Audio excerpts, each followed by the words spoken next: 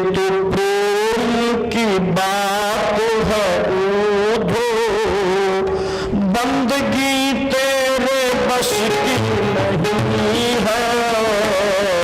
तो प्रेम की बात है ऊधो, बंदगी तेरे बस की नहीं है।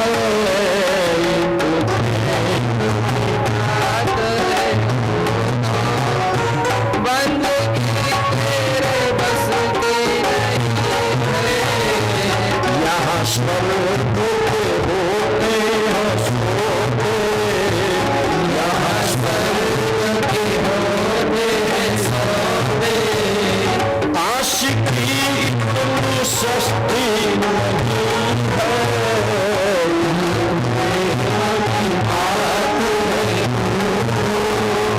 बंदगी तेरे बस की नहीं है। यहाँ स्वर्ग के होते हैं सोते, आशिकी इतनी सस्ती नहीं है। क्या ऐसे कह रही है कि उठो, परमात्मा को तो प्रेम से पाया जा सकता है। मैं यज्ञ करूंगा, मैं पूजन करूंगा, मैं व्रत करूंगा, मैं उपवास करूंगा, तो हे परमात्मा आप मुझे स्वर्ग प्रदान करना। ऐसी वस्तुओं के द्वारा कृष्ण को नहीं पाया जा सकता है। यहाँ स्वर्ग के होते हैं सोते, यहाँ स्वर्ग के होते हैं सोते। आशिकी इतनी सस्ती नहीं है,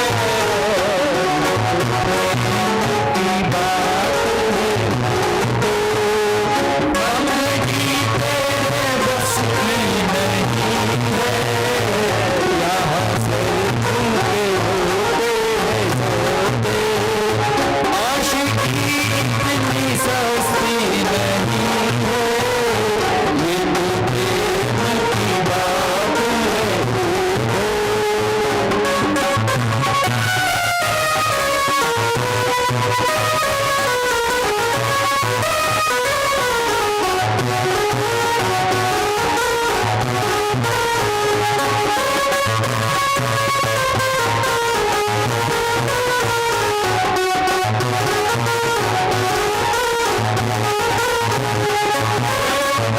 हमने कब वक्त पूछा, पूजा में सुन ले है तो प्रेम वालों ने कब वक्त पूछा, उनकी पूजा में सुन लो तो प्रेम वालों ने कब वक्त पूछा, उनकी पूजा में सुन ले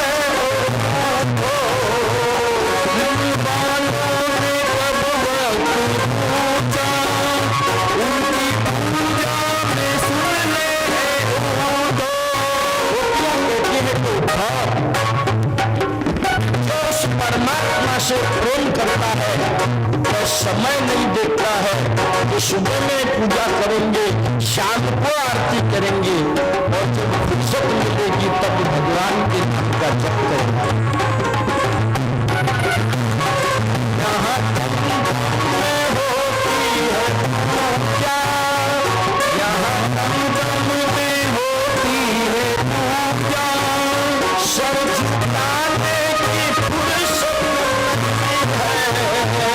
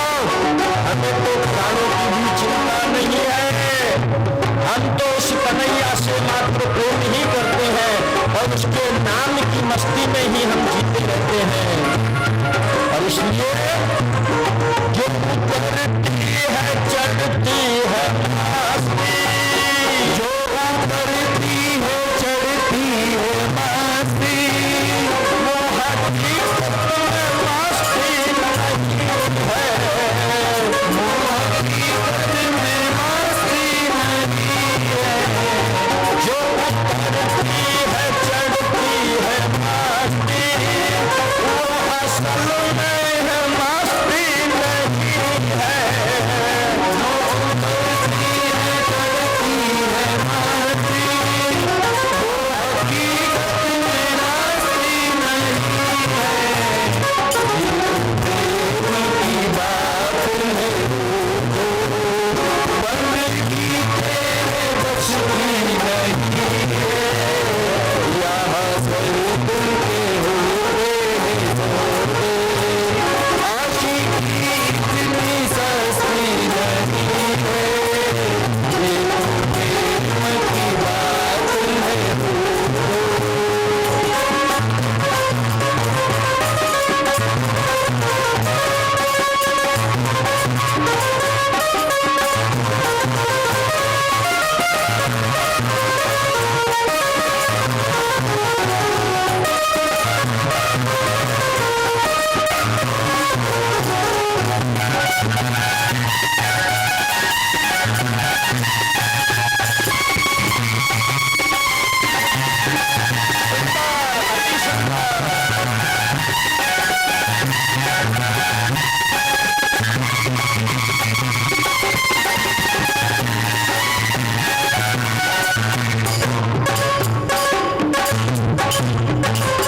जिसकी नजरों में है शाम प्यारे, वो तो कहते हैं जग से नियारे।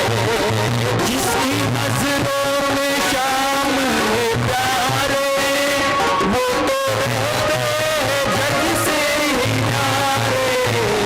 जिसकी नजरों में है शाम प्यारे, वो तो कहते हैं जग से नियारे। जिसकी नजरों में है शाम प्यारे, वो तो कहते हैं जग से नियारे। जिसकी नजरों में मात्र कन्हैया अर्थात परमात्मा नारायण समाया हुआ है, उसको और किसी से कोई लेना देना नहीं होता है। वह तो अपनी ही में अपना जीवन जगत जाता है, हर क्षण हर पल उस समय का सदुपयोग करता है और मात्र उसी के दर्शन करते रहता है। जिसकी नजरों में है शाम प्यारे, वो तो रहते हैं जग से नियारे। जिसकी नजरों में शाम के प्यारे, वो तो रहते हैं जग से नियारे। जिसकी नजरों में मोहन समाए, जिसकी नजरों में मोहन समाए, जिसकी नजरों में मोहन समाए।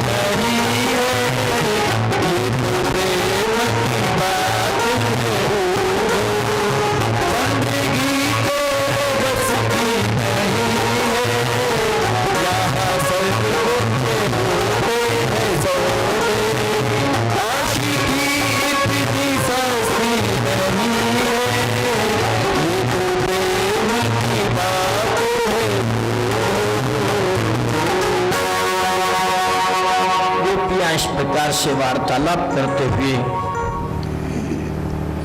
उद्धव को यहां पर भगवान श्री कृष्ण की परम प्रिया भगवान श्री कृष्ण के हृदय की अधिष्ठाता राधा जी भगवान का कीर्तन कर रही है, ध्यान कर रही है। वहां पर सभी गोपियां और उद्धव आते हैं।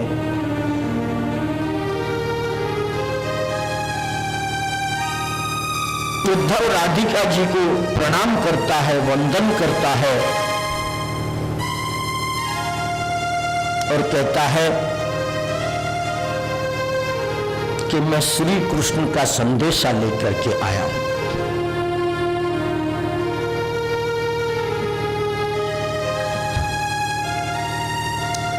राधा जी अचेत सी है।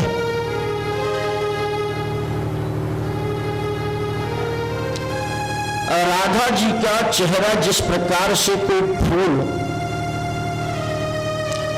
कड़ी धूप में हो और उसे पानी न दिया गया हो, ऐसे फूल की तरह से कुमलाया हुआ है।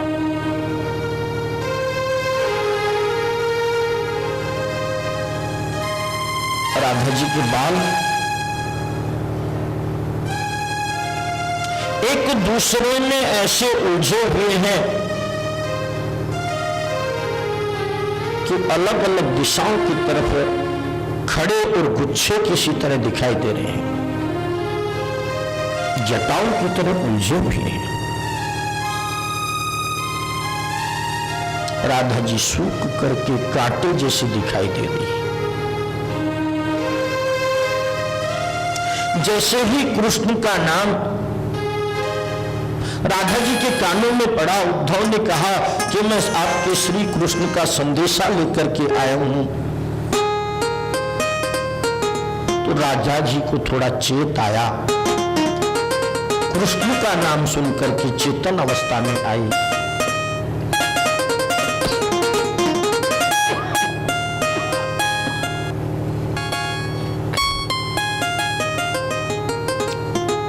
राधा जी कहने लगी, क्या कहा तुमने?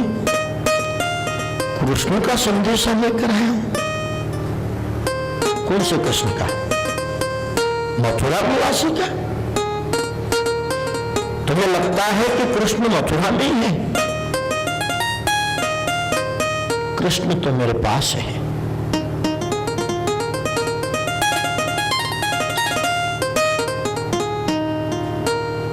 छोटे बड़े ज्ञानी रहे, कृष्ण तो हमारे पास में है।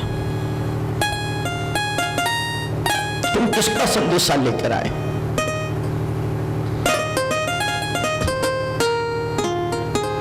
उद्धव कहने लगा, आप चिंता मत करिए, आप धैर्य रखिए। कन्हैया ने, कृष्ण ने मुझसे कहा है कि मैं अवश्य ही शीघ्रातिशीघ्र आप लोगों से आकर के मिलूंगा। तब तक आप सब लोग धैर्य रखिए और निर्गुण परम ब्रह्म का सेवा पूजा और ध्यान कीजिए।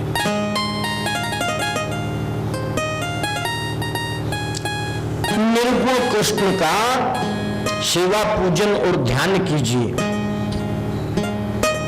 इतना सुनते ही राधा जी कहने लगी, उद्धव, हम तो गांव की गंवार अनपढ़ गोपियां हैं। जो शब्द उद्धव ने कृष्ण के पास कहा था, उसके शब्द उसको राधा जी ने लौटा दिए हैं। हम तो गांव की अनपढ़ गोपियां हैं।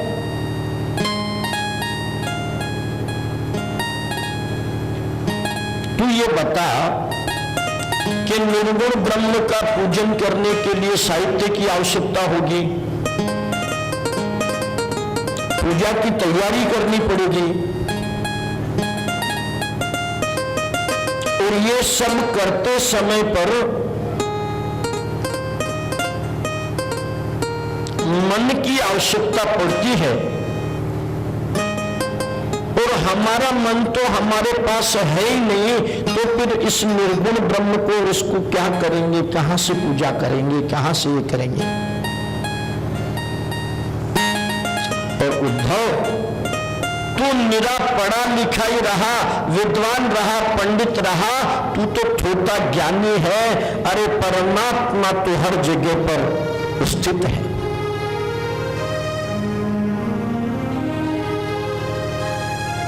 तुझे बताऊं, कल भी मेरे पास आया था, दौड़ते दौड़ते मेरे महल में आया, मेरे कक्ष में आया और कहने लगा, श्रीदामा मुझे ढूंढ रहा है, श्रीदामा मेरे पीछे पड़ा हुआ है, हम खेल रहे हैं, उसने अगर मुझे पकड़ लिया तो घोड़ा बना लेगा, तू मुझे छुपा ले। और मेरे आंचल के अंदर छुप गया।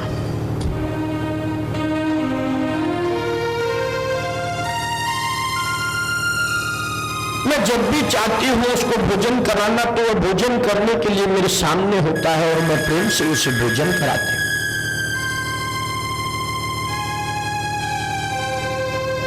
सर्वमय जगत है कन्हैया,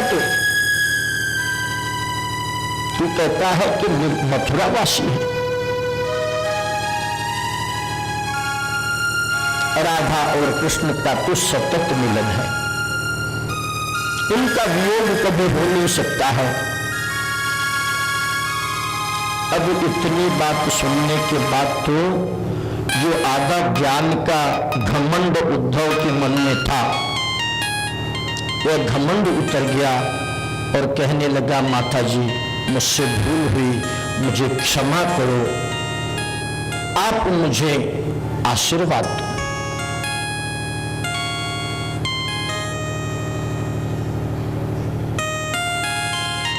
राधा ने कहा, तुझे क्या चाहिए? और उस समय पर उद्धव कहते हैं, राधा मेरी स्वामिनी और मैं राधा को दास,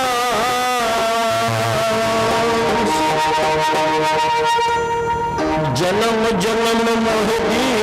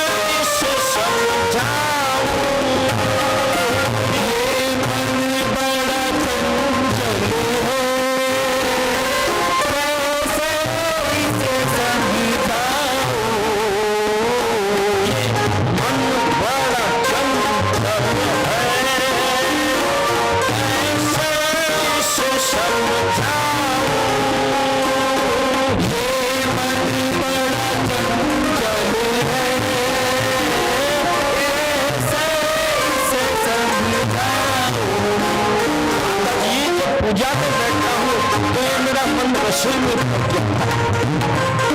जब मंदिर में जाता हूं तो भाजी मार्केट को चला जाता है। ये मन बड़ा चंचल है, कैसा तेरा भजन करूं। ये मन बड़ा चंचल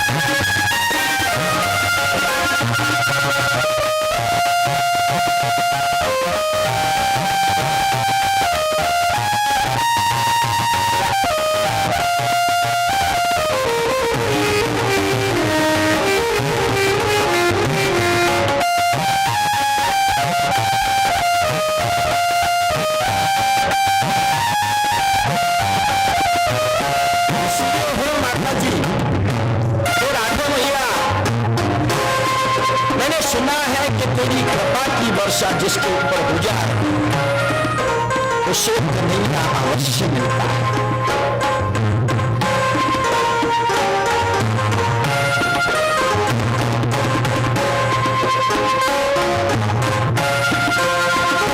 सुनते हैं तेरी रहमत दिन रात बरसती है, सुनते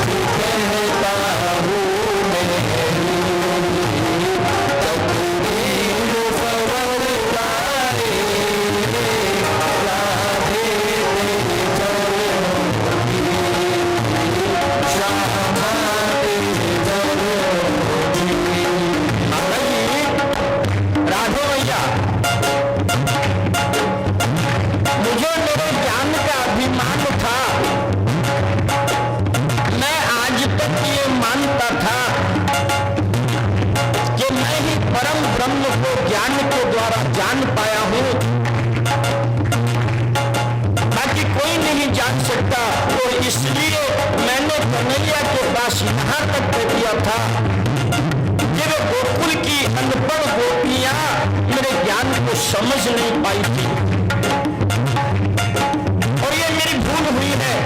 चाहिए माता जी बाकी सब कुछ करना, परंतु यह नहीं करना है।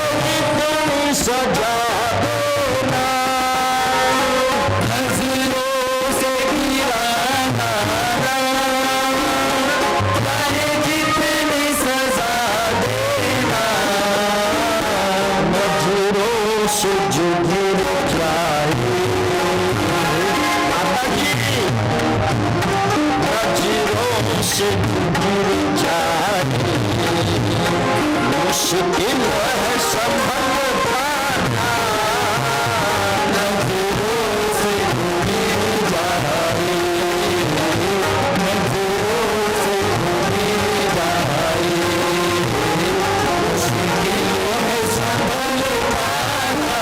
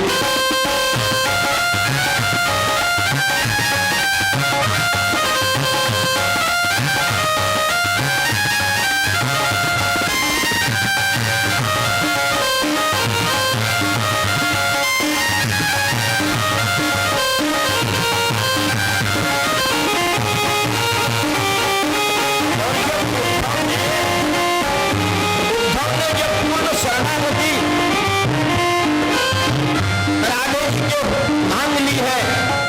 शरण में आ चुका है।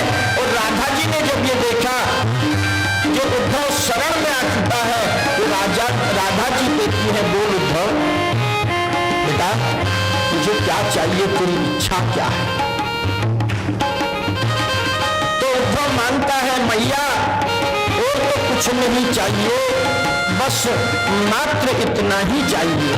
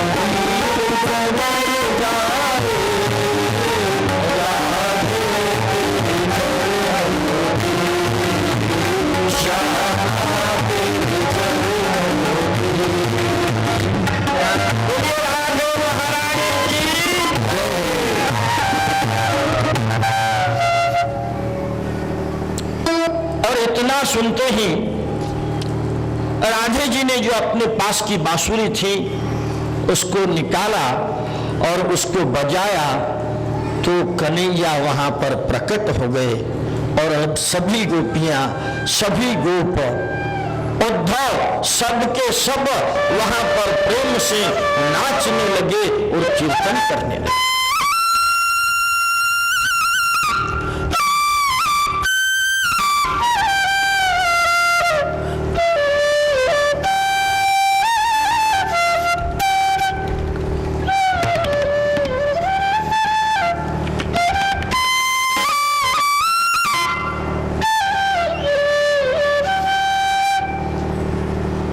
बोलिए श्री राधा कृष्ण भगवान की जय।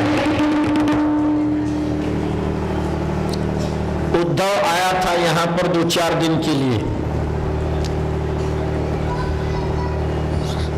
कि गोपियों को थोड़ा सा ज्ञान दे दूंगा और वापस मथुरा को चला जाऊंगा, परंतु यहां आने के बाद गोपियों के चक्कर में ऐसा गिरा कि 6 महीने तक उसको होश ही नहीं है। और अब उसके ध्यान में आया तो मथुरा गया और जो गोकुल पहले कृष्ण से कह रहा था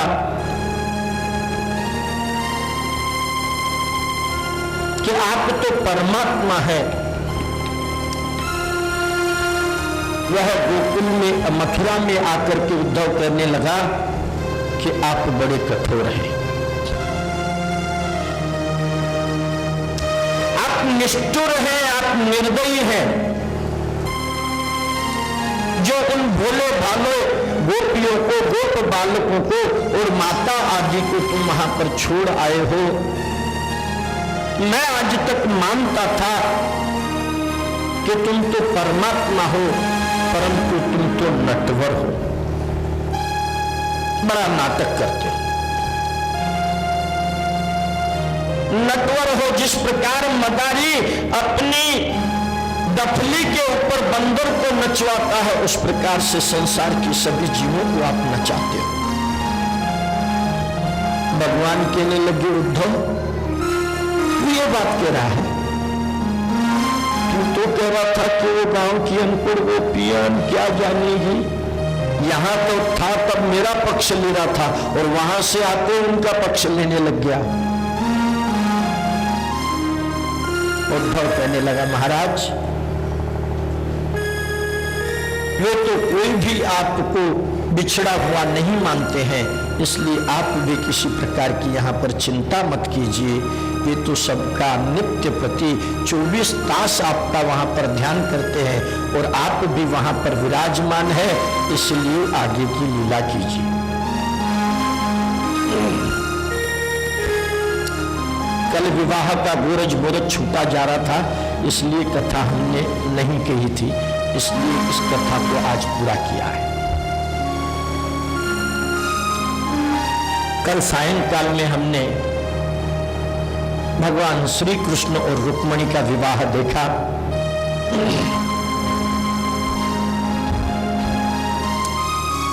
ये तो ब्रह्मांड के जगत पिता और माता का विवाह था।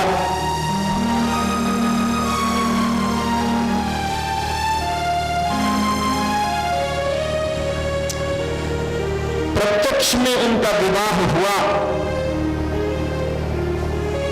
सभी यादवों ने लक्ष्मी नारायण के दर्शन किए। बोलिए लक्ष्मी नारायण भगवान की जय। रुक्मिणी जी महालक्ष्मी है और श्री कृष्ण नारायण है।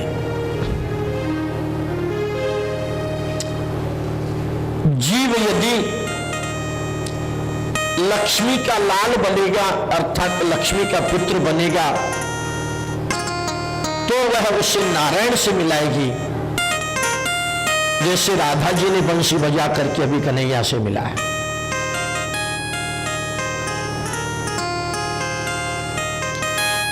यदि लक्ष्मी का लाल बनकर उन्हें नमन करेगा तो लक्ष्मी जी उनके गोद में बैठाएगी। यदि लक्ष्मी को माता का स्थान दोगे तो ऐसा हो सकता है, परंतु अपने आप को लक्ष्मी पति बताने का प्रयत्न करोगे तो गर्भवास फिर से भोगना पड़ेगा, और गर्भवास ही ये नरकवास है।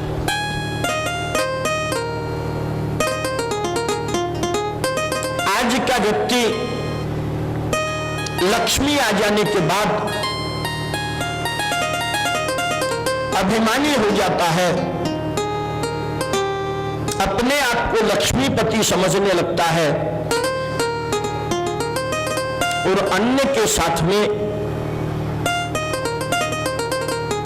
दुष्टों जैसा व्यवहार उस लक्ष्मी के बलबूते पर करता है। हमने समुद्र मंथन में भी बताया था आपको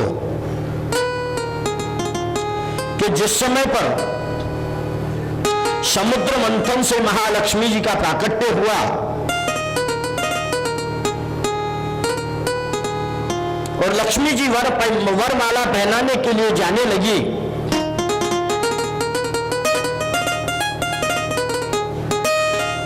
उस समय पर मार्ग में बहुत से देवता ऋषि मुनि सब बैठे थे, परंतु लक्ष्मी जी ने किसी के भी गले में माला नहीं डाली। अंत में नारायण अपना सिर झुका करके बैठे हुए थे, आंखें बंद थी।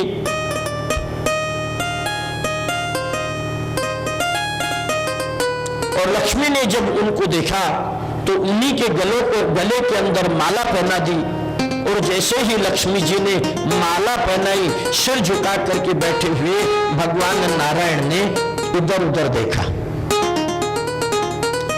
ये इधर उधर देखने का मतलब ये है कि लक्ष्मी की प्राप्ति होने के बाद अपने आसपास भी जरा देखो, अपने आजू बाजू में भी देखो कि कोई दुखी है, दीन है, गरीब है, उसकी मदद करो।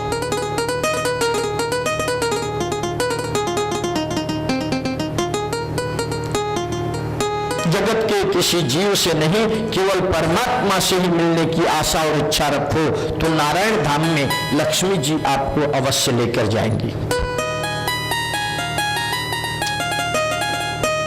भगवान ने फिर सत्यभामा, जामवंती, यमुना जी के अंश से उत्पन्न हुई कालिंदी आदि के साथ भी विवाह किया। भगवान की 8 पटरानियां थी। ये 8 पटरानियां कौन थी?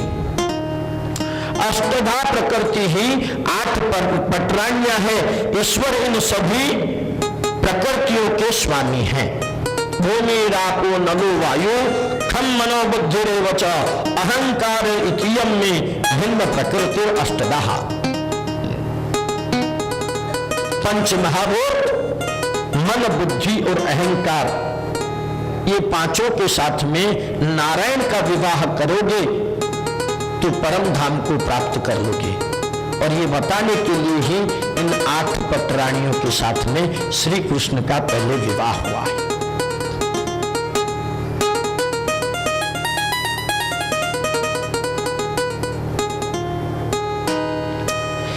एक अध्याय में कहा गया है कि प्रभु ने 16,000 युवतियों के साथ में विवाह किया।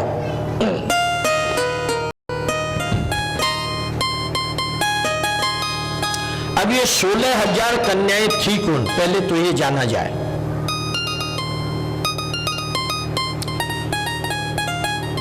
एक भूमासुर नाम का राक्षस था।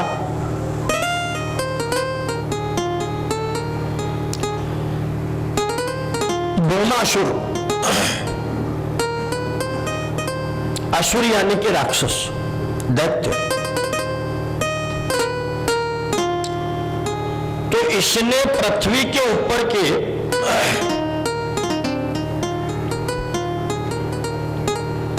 यहां तक के 14 भुवन के ऊपर अपना राज्य फैला लिया था, इंद्र को परास्त कर दिया था।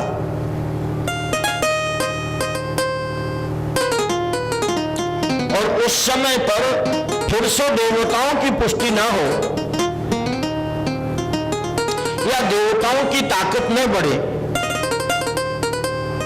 इसके लिए इसने सभी वेदों को अपने यहां पर कैद कर लिया था।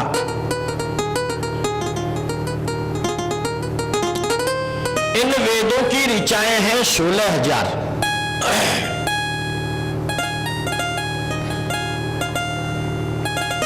क्योंकि जब वेद मंत्र ही नहीं होगा तो ब्राह्मण और ऋषि मुनि किस मंत्र का पाठ करके यज्ञ करेंगे,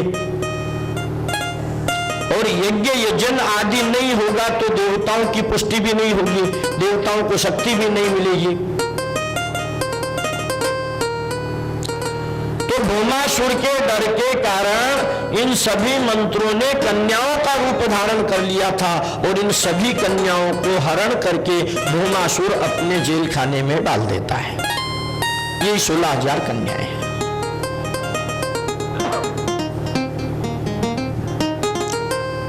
नारद जी ने भगवान श्री कृष्ण से प्रार्थना की कि हे प्रभु, इन वेद रूपी कन्याओं का आप रक्षण कीजिए, उनको भौमासुर की कैद से बाहर निकालिए। भगवान श्री कृष्ण ने भौमासुर का वध किया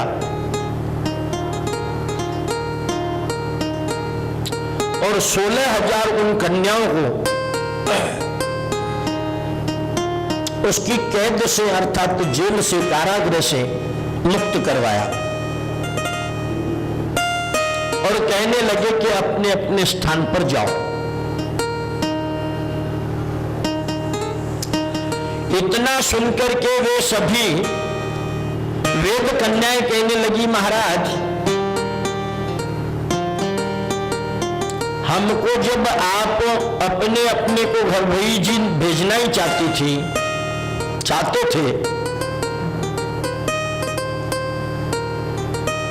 तो फिर हमको छुड़ाया क्यों? जरा विचार कीजिए,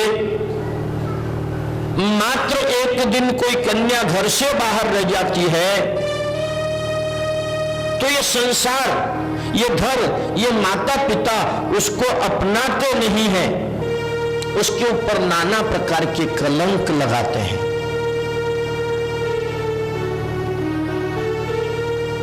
तो हम तो इतने वर्षों से इस भौमासुर की कैद में थी और आप कह रहे हैं अपने अपने घर को जाओ। हम अगर घर को गए तो हमको कोई अपनाएगा क्या? कोई भी हमको अपनाने वाला नहीं है। और अगर अपना भी लिया किसी ने दया करके, आजकल कई लोग अपना लेते हैं दया करके, परंतु जिंदगी भर वे हमको टोचन मारते रहेंगे, हमको बोलते रहेंगे तू ऐसी है, तू वैसी है, और संपूर्ण आयुष्य दुख उठाने से तो अच्छा है कि हम हमारा प्राण त्याग कर दें, या तो आप हमको अपनाइए, नहीं तो हम हमारा प्राण छोड़ देंगे। और भगवान श्री कृष्ण ने जब ये सुना तो इन 16,000 कन्याओं के साथ विवाह किया, अर्थात वरण किया।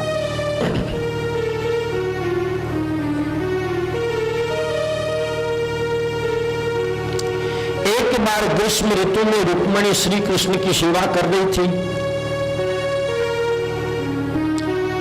वह सोच रही थी कि वह सबसे सुंदर है,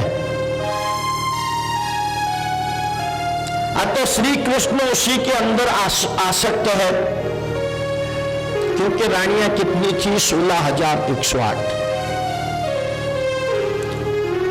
परंतु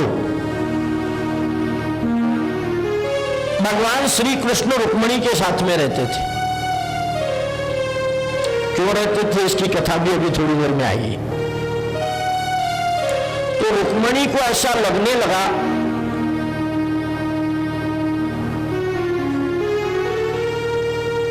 कि मैं बहुत सुंदर हूं और कन्हैया पहले से मुझ में आसक्त था और इसीलिए मेरे पास में रहता है। भगवान श्री कृष्ण ने रुक्मणी के मन के विचार जान लिए। एक रात्रि में सायंकाल के समय पर रुक्मणी श्री कृष्ण की चरण सेवा कर रही थी और उसी समय पर श्री कृष्ण कहने लगे, रुक्मणी जी, आपके साथ में ठीक नहीं हुआ ना?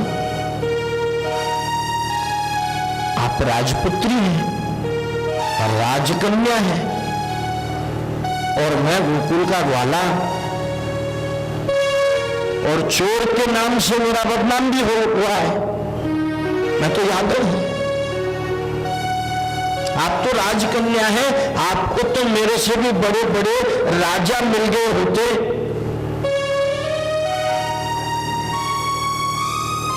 आपने मुझे अपना करके ठीक नहीं किया, अब भी आपकी इच्छा है तो किसी बड़े सम्राट से आप विवाह कर सकते हैं। और रुक्मणी ने ऐसा सुना, मूर्छित होकर के गिर पड़ी। कहने लगी, महाराज क्षमा कीजिए, मुझसे बड़ी भूल हुई, मैं तो आपकी दासानुदासी हूं। बाकी तो सब राजा मेरे देह के भूखे हैं, परंतु आपने मुझे मन से अपनाया है। आप तो जगत के पिता और जगत के पति भी हैं। आपको छोड़कर मैं किसके शरण में जा सकती हूं? भगवान ने कहा, रुक्मणी, डरने की कोई जरूरत नहीं, मैं तो तुमसे मजाक कर रहा था। बोले, महाराज आज मुझे शब्द दे दीजिए कि आज के बाद ऐसा मजाक फिर से नहीं करेंगे।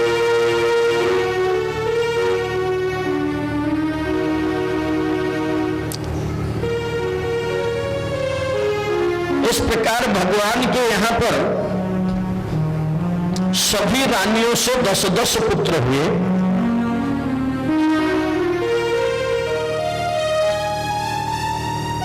राजा परीक्षित ने पूछा कि महाराज, उषा और अनिरुद्ध के विवाह की बात हम आपसे सुनना चाहते हैं। सुखदेव जी महाराज वर्णन करते हैं कि राजन, भगवान श्री कृष्ण के एक पुत्र का नाम था अनिरुद्ध।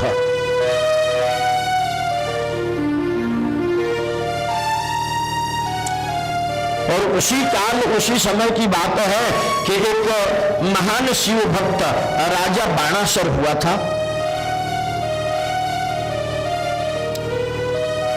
इस बाणासुर ने भगवान शिव जी की बड़ी भक्ति की थी और इसलिए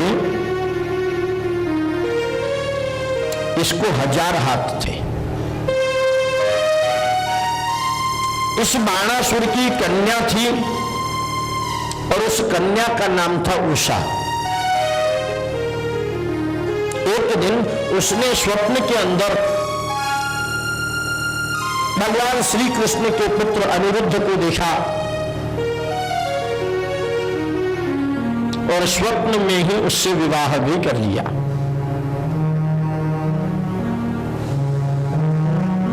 प्रातः काल में जब आंखें खुली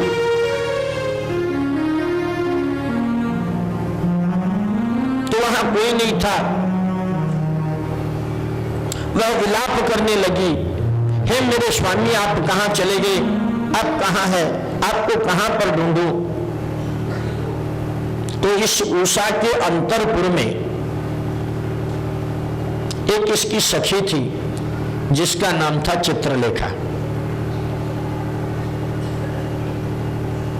वह अपने मन के संकल्प से ही कई लोगों के चित्र अपने आप बना देती थी। उसने उषा से उसके रोने का कारण पूछा, उदास होने का कारण पूछा। तो उषा ने कहा कि रात्रि में मैंने एक कुमार को देखा और उससे मेरा विवाह हो गया और मेरा जहां पर स्वप्न में विवाह हो गया, मैं उसी का वर्ण करूंगी, उसी से विवाह करूंगी। अब वे कहां होंगे, क्या होंगे, मुझे कुछ पता नहीं और इसीलिए मैं विलाप कर रही हूं।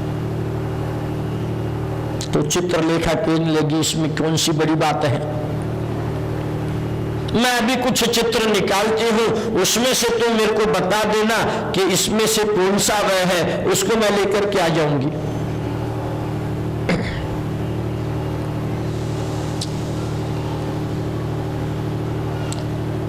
तो इस प्रकार से चित्रलेखा ने अलग अलग प्रकार के पहले पाताल लोक के चित्र बनाए, फिर मनुष्य लोक के बनाए। बनाते अंत में द्वारिका के यहाँ के चित्र बनाने लगी तो उसके अंदर उसे अनिरुद्ध दिखाई दिया और वह शर्मा गई, वह लजा गई। और जैसे ही उसको लज्जा महसूस हुई, चित्रलेखा ने पूछा क्या यही है? तो उषा कहने लगी हाँ, यही मेरे स्वामी है। इधर चित्रलेखा नारद जी का स्मरण करती है और नारद जी का स्मरण करके चित्रलेखा कहने लगी महाराज, आपसे हम एक इच्छा करते हैं, आप हमारा एक कार्य पूर्ण कीजिए। नारद जी कहने लगे क्या चाहिए, क्या काम है तेरा? बोले मुझे द्वारिका से अनिरुद्ध का हरण करना है। अनिरुद्ध को मुझे चुराना है, तो उसमें आप मेरी सहायता कीजिए। नारद जी ने पूछा क्यों चुराना है? तो उषा का संपूर्ण स्वप्न का वृत्तांत के सुनाया। नारद जी ने भी देखा ये परोपकार का काम है और भगवान के वंश की वृद्धि का भी काम है, इसलिए ये काम करना चाहिए। तो चित्रलेखा और नारद जी द्वारिका पहुंच गए। द्वारिका की चौकसी कौन करता था, चौकीदारी कौन करता था? सुदर्शन चक्र। रात्रि के समय सुदर्शन चक्र जो है ये द्वारिका के चारों ओर चक्कर मारता था। तो नारद जी पहुंचे सुदर्शन चक्र के पास। नारद जी को देख करके सुदर्शन चक्र ने प्रणाम किया। तो नारद जी कहने लगे अरे भले आदमी, सतत चौकीदारी करेगा या कभी आपका अपना आत्म कल्याण करने के लिए थोड़ा बहुत सत्संग भी करेगा? बोले महाराज अभी मैं ड्यूटी पर हूं, द्वारिका की रक्षा कर रहा हूं।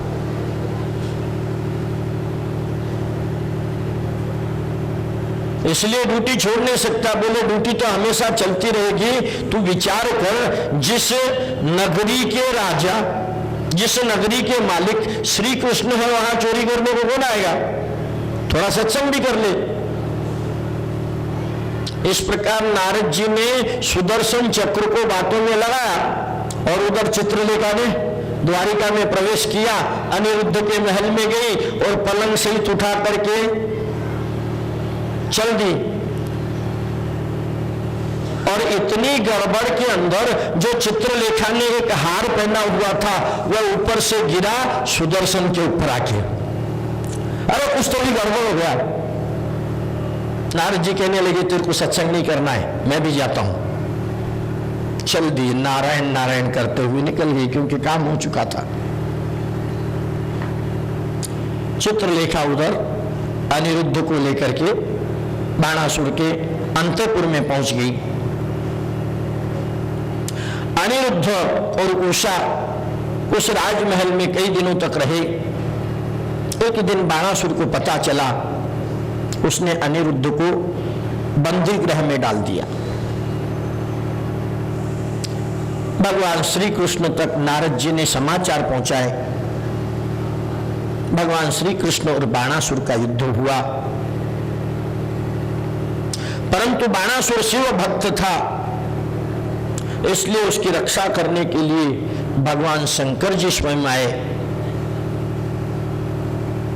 आज योगेश्वर और योगेश्वर के अंदर युद्ध हुआ। ब्रह्मा जी ने आकर के उसके अंदर बीच में मध्यस्थता की, दोनों का युद्ध रुक गया। भगवान श्री कृष्ण ने कहा कि इस बाणासुर ने दुष्टता की है, इसलिए मैं इसे दंड दूंगा। तो बाणासुर प्रभु से क्षमा मांगने लगा।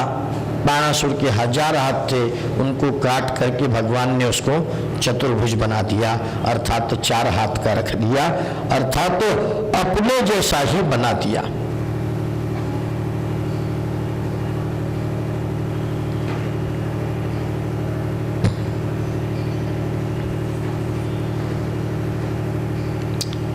एक समय की बात है,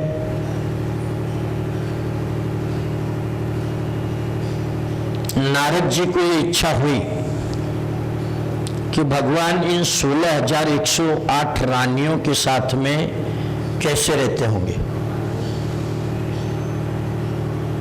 भगवान की दिनचर्या देखने के लिए,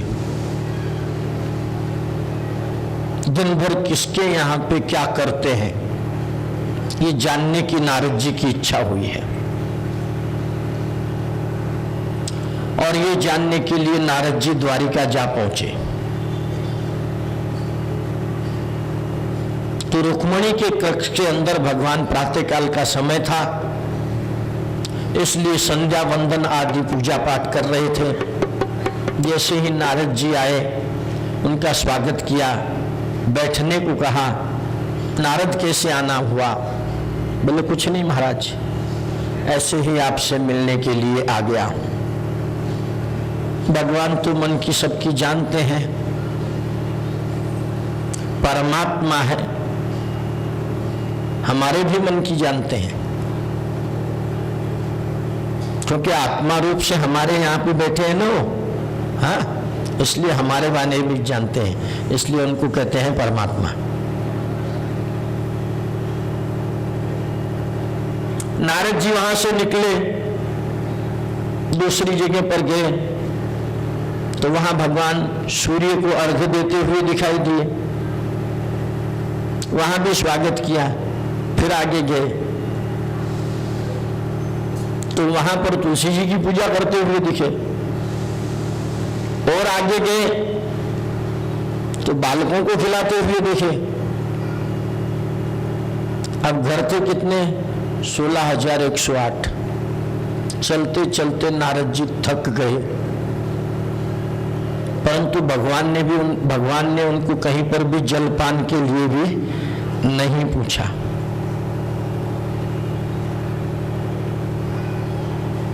अंत में थक हार करके नारद जी ने भगवान से प्रणाम किया और क्षमा मांगी। कहने लगे महाराज मुझसे गलती हुई। तो भगवान कहते हैं कि नारद, मैं तेरी पूजा करता हूं, इसका मतलब ये नहीं है कि तू मेरी परीक्षा करने लग जाए। भगवान ने नारद को क्षमा किया। ये प्रसंग से हमको एक ज्ञान लेना चाहिए।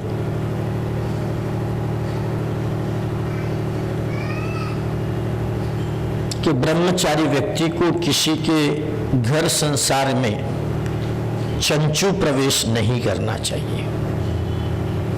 कोणाच्या घरामध्ये ढवळाढवळ करायची नाही, आपलं स्वतःचं पाहायचं।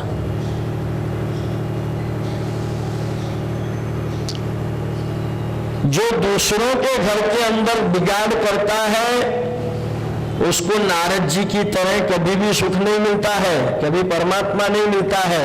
उसको तो दर दर भटकना ही पड़ता है। आज इसके घर में, कल उसके घर में, परसों उसके घर में, क्योंकि उसको काम ही हो रहता है। न घर का रहता है न घाट का रहता है। अब कथा आती है युधिष्ठिर के राजसूय यज्ञ की।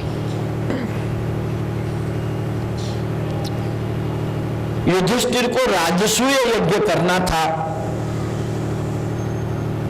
परंतु हस्तिनापुर की जितनी संपत्ति थी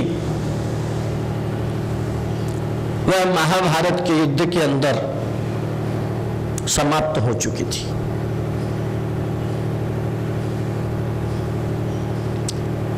उस यज्ञ को पूर्ण करने के लिए संपत्ति की आवश्यकता थी।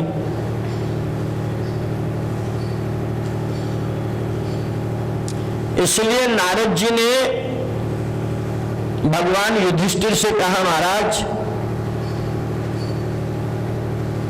मुझे यज्ञ करना है।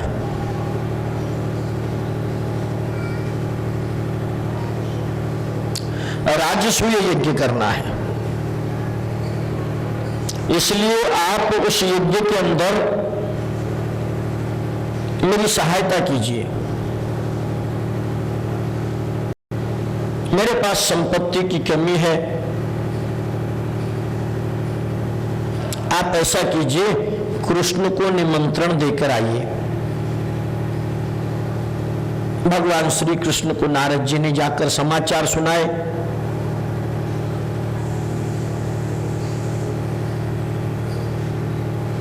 राजसूय यज्ञ के लिए भगवान श्री कृष्ण वहां पर आए। युधिष्ठिर ने अपनी सब समस्या कही, महाराज मुझे यज्ञ तो करना है, परंतु मेरे पास में कुछ भी नहीं है, यज्ञ कैसे पूरा हो। तो भगवान श्री कृष्ण ने कहा कि छोटे मोटे राज्यों के राजाओं के ऊपर आक्रमण करके उनका राज्य या संपत्ति इकट्ठा करना ये धर्म की बात नहीं है, ये तो अधर्म है।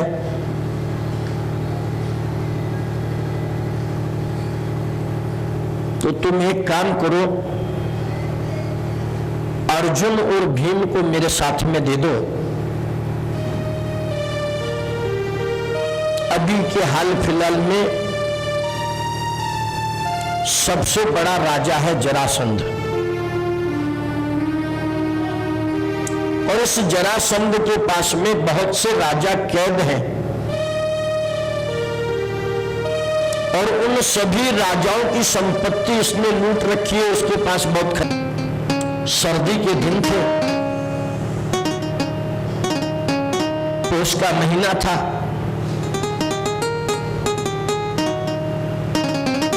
सुदामा जी ने कई दिन से अन्न नहीं खाया था, इसलिए शरीर में शक्ति कम थी। सुदामा जी निकल गए। इधर सुशीला घर में भगवान के सामने जाकर के बैठ गई, हाथ जोड़ करके प्रार्थना करने लगी, महाराज वैसे तो वो जाना नहीं चाहते थे, परंतु मैंने जबरदस्ती उनको भेजा है। वो बड़े कमजोर हैं, कई दिनों से कुछ खाया नहीं है,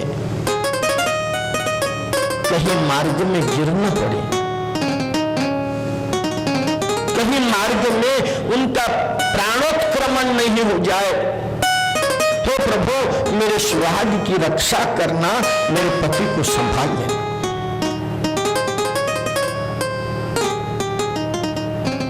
सुशीला इस प्रकार से प्रार्थना कर रही है। मार्ग में चलते चलते सुदामा को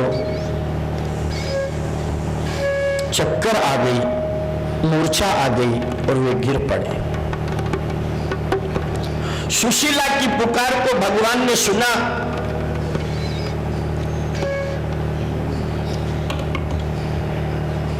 और भगवान श्री कृष्ण ने गरुड़ को आज्ञा दी, जाओ जाकर के सुदामा को लेकर आओ।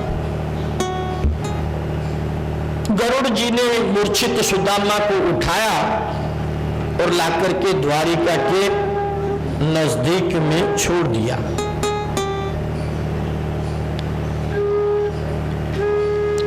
मूर्छा से जागृत हुए, आंखें खोली, उस सामने बड़े बड़े महल दिखाई दिए।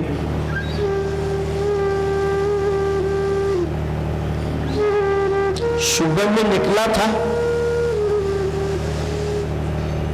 और इतने जल्दी में द्वारिका भी पहुंच गया। लोग तो कहते थे द्वारिका इतनी कोस है, ये है वो है, मैंने कभी देखी नहीं, परंतु ये तो बहुत नजदीक है। अब उसको क्या पता कि गरुड़ जी लाकर छोड़ कर गए हैं।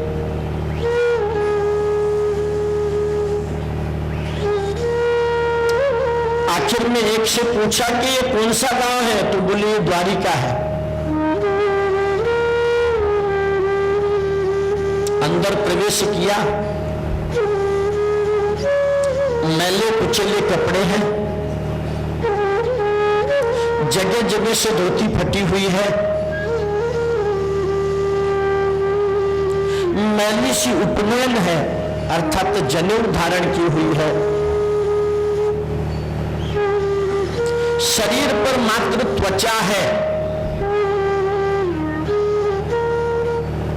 क्योंकि कई दिनों से उपवास किया हुआ है, व्रत नियम किया हुआ है, अन्न ग्रहण नहीं किया है।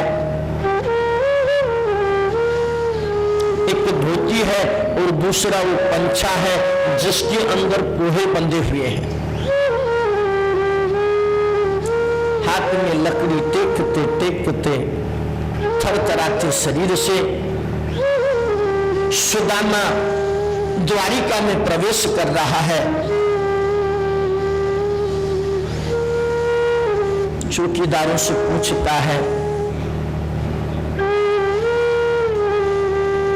श्री कृष्ण का महल किधर है?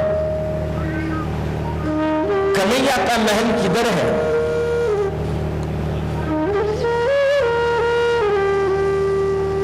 तो उस समय पर वे पूछते हैं, क्यों रे बाबा तेरे को क्या काम है? क्योंकि ऐसा व्यक्ति पहले टाइम देखा उन्होंने, ये कौन प्राणी आ गया, कहां का आ गया। क्योंकि जहां साक्षात लक्ष्मी विराजमान है उस द्वारिका में तो कोई इतना दरिद्री हो नहीं सकता। इसलिए सभी द्वारिकावासी आश्चर्य से देख रहे हैं। पूछ रहे तू कौन है और कहां से आया है? सुदामा कहने लगा, मैं कृष्ण का दोस्त हूं, कृष्ण का मित्र हूं, कृष्ण मेरे साथ पढ़ा है। तो वो लोग उसकी हंसी उड़ाने लगे, लगता है ये कोई पागल है, इसको विस्मृति हो गई है इसलिए कृष्ण का दोस्त बता रहा है। उसको कोई ठीक रास्ता भी नहीं बता रहे। रास्ता अगर दाहिनी तरफ है तो लोग उसको बाईं तरफ भेज रहे हैं। फिर आगे जब नहीं मिलता है तो फिर पूछते हैं, फिर पूछता है किधर है, कहां है, वहां भी लोग हंसी उड़ाते हैं। और ऐसा करते करते उस द्वारिका के कुछ बालक जो है वे इकट्ठे हो गए। बालकों को लगा ये पागल है और वो भी सब लोग कह रहे थे ये पागल है। तो बालक मिट्टी उड़ाने लगे, कोई पत्थर मारने लगा।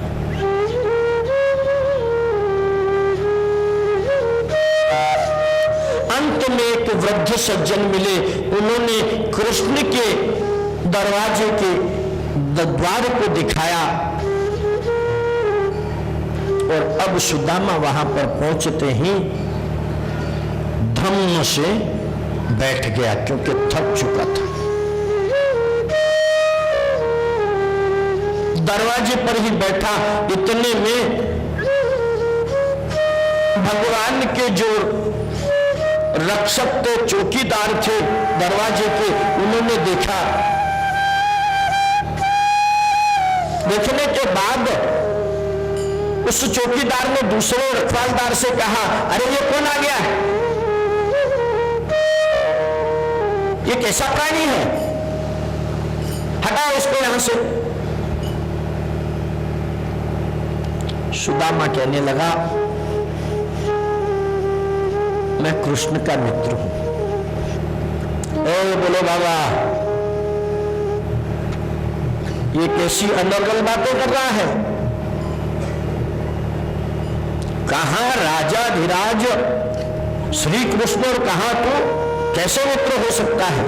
अगर कुछ मांगने के लिए आया है तो हमसे ही कहते, हम ही तेरे को जो चाहिए वो दे देंगे। सुदामा कहने लगा, मैं कभी किसी से कुछ मांगता नहीं, मैं तुम्हारे कृष्ण से लेने देने के लिए नहीं आया हूं, ऐसा नहीं समझना, मैं मित्र हूं, दोस्त हूं। तो स्वाभिमान था ना,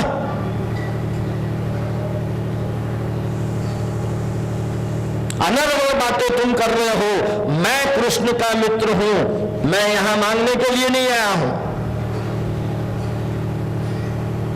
बहुत प्रकार से द्वारपाल समझाते हैं, सुदामा सुनता नहीं है। अंत में सुदामा उन द्वारपालों से प्रार्थना करता है,